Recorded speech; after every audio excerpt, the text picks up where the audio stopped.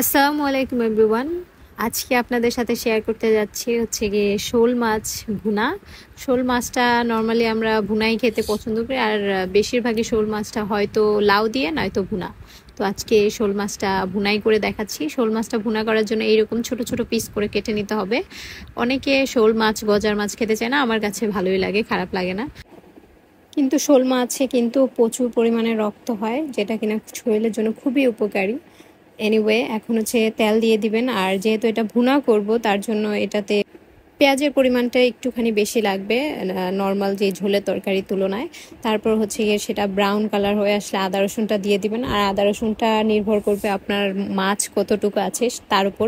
কেননা মাছ যদি অল্প হয় আপনি আদা রসুন বেশি দিলে আদা রসুনের গন্ধ আসবে, আর যদি মাছ কম হয়ে যায় বেশি হয়ে যায় বাট আদা রসুনটা আপনার কম হয়ে যায় তাহলে কিন্তু আপনার খেতে মজা লাগবে না। তো সব কিছু পারফেক্টভাবে দিতে হবে, সেটা আপনার মাছের পরিমাণ বুঝে দিবেন। তারপর হলুদের গুঁড়া দিতে হবে, মরিচের গুঁড়া দিতে হবে, আর মরিচটা এখানে বেশি দিতে হবে, কারণ হচ্ছে গিয়ে শোল মাছটা ঝাল ঝাল না খেলে কিন্তু একদমই ভালো লাগে না। কিন্তু এই পর্যায়ে যদি আপনি দেখেন যে আপনার তেলটা কম মনে হচ্ছে অথবা মরিচটা কম মনে হচ্ছে, তখন এখন এই পর্যায়ে আপনি দিয়ে দিতে পারেন, কারণ এখন মশলা কষানো হচ্ছে। এখন যদি আপনি তেলটা দেন, এক্সট্রা তেলটা, তাহলে সেটায় কোনো স্মেল আসবে না, সেটা সুন্দরভাবে এটার সাথে কষানো হয়ে যাবে।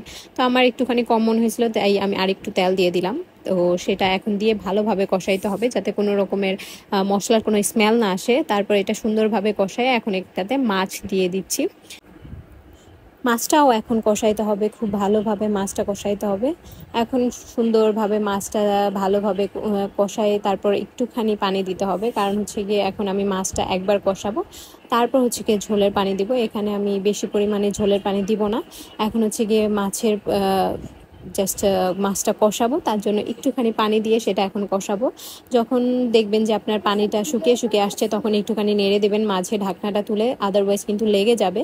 তারপর আবার ঢেকে দিবেন। তারপর হচ্ছে গিয়ে এটা বেশিক্ষণ লাগে না, 5 মিনিটের মতো। দেখেন আমার মশলাটা কিন্তু মাছের সাথে মিশে গেছে, সুন্দর কষানো হয়ে গেছে এবং কালারটাও খুব সুন্দর এসেছে।